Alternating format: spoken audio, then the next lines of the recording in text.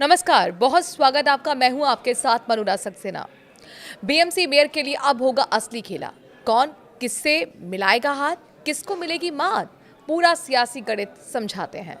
BMC चुनाव के नतीजे 16 जनवरी को ही आ चुके हैं। महायुति ने शानदार जीत हासिल की है।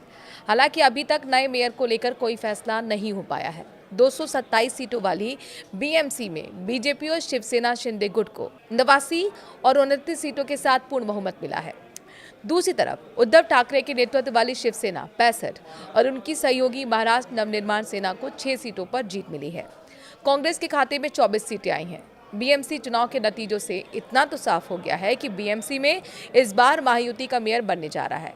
नतीजों के बाद से ही शिवसेना शिंदे और बीजेपी के बीच मेयर पद को लेकर खींचतान शुरू हो गई है। यही कारण है कि अब तक मेयर के नाम पर सहमति नहीं बन पाई है।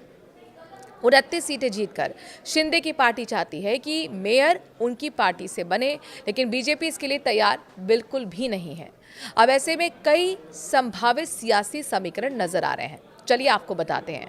बीएमसी का मेयर महायुति का बने, इसके लिए समीकरण तो यही है कि बीजेपी और शिवसेना शिंदे और एनसीपी अजीत पवार मिलकर मेयर चुने। लेकिन जिस तरह की होटल पॉलिटिक्स देखने को मिल रही है, उसे देखकर ये आसान नहीं होने जा रहा है। वहीं एक विकल्प ये भी है कि एकनाथ शिंदे बीजेपी से नाता तोड़कर वापस उद्धव ठाकरे के साथ आ जाएं, पर फिलहाल इसकी संभावना ना के बराबर है। एक संभावना ये भी है कि बीजेपी और उद्धव ठाकरे एक साथ आ जाएं तो बहुमत के आंकड़े से बहुत आगे निकल जाएंगे। लेकिन बीजेपी उद्धव के साथ जाने के विकल्प पर तभी जाना पसंद करेगी जब शिंदे अड़ जाए या उन्हें अपने पार्षद टूटने का डर हो। ऐसे में संभावना बनती है कि अगर शिंदे बीजेपी से अलग होकर उद्धव ठाकरे, शरद पवार कांग्रेस के साथ आ जाते हैं तो बीजेपी के लिए बीएमसी मेयर की राह मुश्किल हो जाएगी। इसके अलावा शिंदे के पार्षद मेयर चुनाव के दौरान वोटिंग में हिस्सा ना लेकर बीजेपी के लिए मुश्किलें बढ़ा सकते हैं, क्योंकि ऐसा करने से सदन का जादुई आंकड़ा नीचे तो गिर जाएगा, लेकिन बीजेपी की पहुंच से दूर।